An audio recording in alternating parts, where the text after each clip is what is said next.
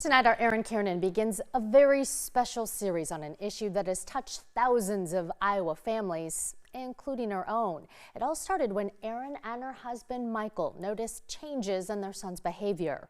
Months of frustration, concern, and conflicting doctor appointments followed, leading to the eventual diagnosis of autism. Tonight, the Kiernans share their story.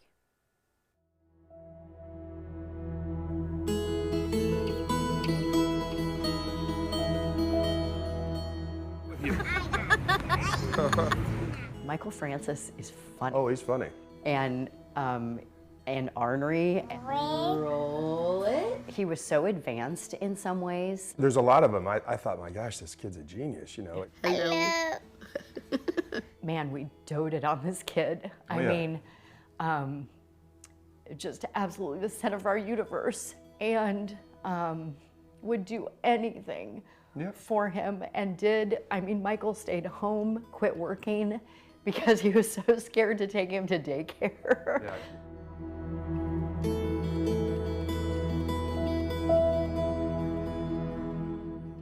There were some other things that were concerning to me, like not responding to his name all the time. So you would say, like, Michael, Michael. And a lot of this gets back to you don't know what you don't know. He likes to jump. He loves to jump. And also going nuts over the ceiling fan. An obsession with things that spin. So you'll see him, he's got a ton of fidget spinners, and he just walks around spinning, spinning, spinning that fidget spinner. Some hand flapping.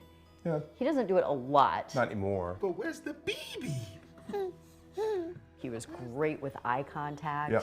Super interactive with us, with Grandma, laughing, singing. He loved doing like patty cake with your mom, my mom, and he would do all the actions and be laughing, and you know, so you think, well, there's no way this kid has autism because he's so personable and interactive. My kid, Erin, had told me once, like, you know, once you met one person with autism, you met one person with autism.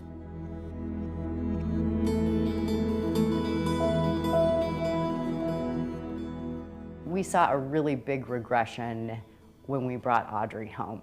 Yeah, I think that's really one of the most frustrating parts of the journey, is to watch that regression and know that's happening to your child, and that there's nothing really that you can do. We brought it up with our pediatrician. He sent us to see a child psychologist. The first child psychologist we saw said, you know, he's just mad about the baby.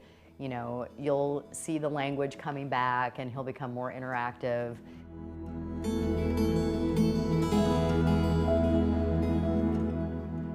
We spent at least 6 or 8 months trying to figure out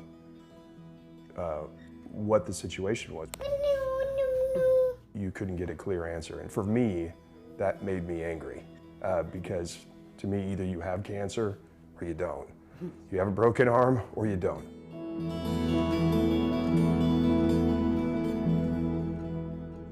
There was also, of course, some denial on our part because it's scary, right? And you don't really even know what that diagnosis means. Especially for people like us that are type A personalities, you want to fix it.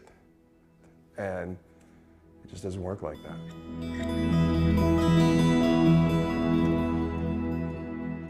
Trying to figure out where to go, what to do.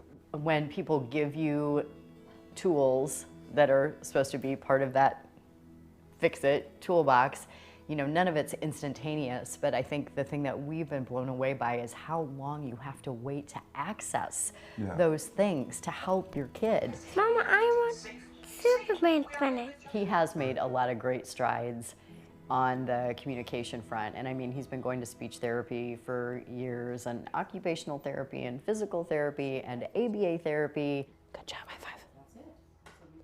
You're doing awesome.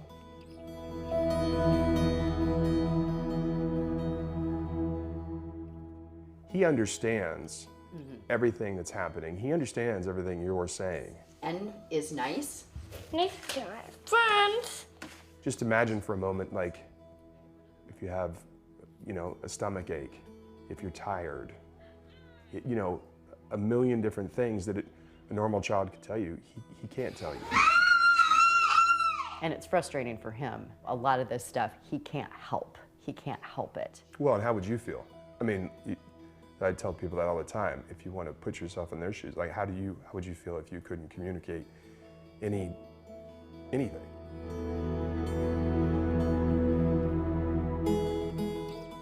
I had no idea I mean, almost every autism family you talk to will say, yeah, the sleep is just brutal. They have so much trouble falling asleep and staying asleep. You can be up all night for several days in a row, and so in that, you know, then everything kind of compounds, right? Like, child's tired, parents tired.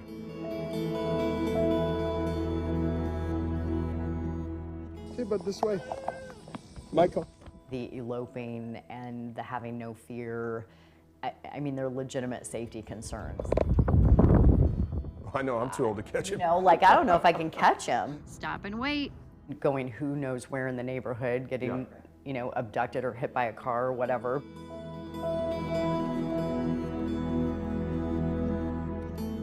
I think most people think autism and they think they have problems with crowds, they have problems with bright lights or noises, or he's like the opposite. Yeah. He's a sensory seeker. Like, he loves Chuck E. Cheese, he loved the state fair.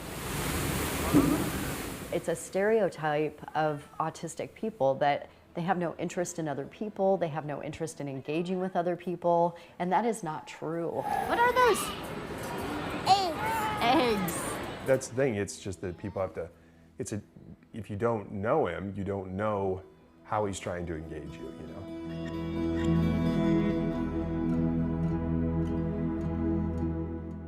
Don't give up, you know, reach out to a network, friends, family. Exhaust all of the things that you can, fight for what your kid deserves. Take it upon yourself to educate other people, because people don't know what they don't know.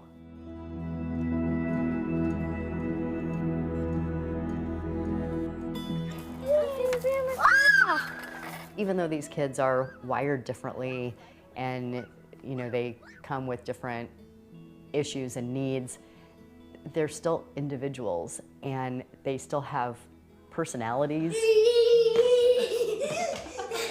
If you see a kid out in public who's you know, is being naughty or weird, well, you know, there's probably something else going on there. May not be autism, who knows what it is? Who knows what kind of home life that kid has? Take the time to get to know people who are different than you.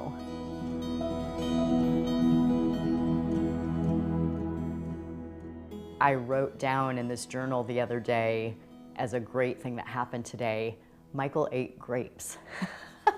You know? I don't worry so much about the grapes. Let's put it that way, all right? I do. Can you put 5 in? 5. You learn to celebrate small victories, right? Right. Including grapes. Including grapes. Michael Francis is super affectionate, Oh, yeah. and I mean, he comes and gets in bed with us every single night. He loves to snuggle. For as much as he hated his little sister when she first came into the world, they have developed a really sweet relationship. Yeah. And it's, I think, one of my greatest joys to see them play together. When you talk about autism and you talk about these issues and how to get help, it sounds like everything is doom and gloom. The thing about Michael is he's certainly leading the journey, that's for sure. Celebrating the small victories for sure. According to the CDC, 1 in 44 children are diagnosed with autism, and every case is different. In her powerful ongoing series, Erin will share the experiences of other families, the challenge of getting diagnosed, the difficulty of getting treatment, and she'll also talk with doctors who are making a difference. You'll want to make sure and join us next Thursday for part 2 of Understanding Autism.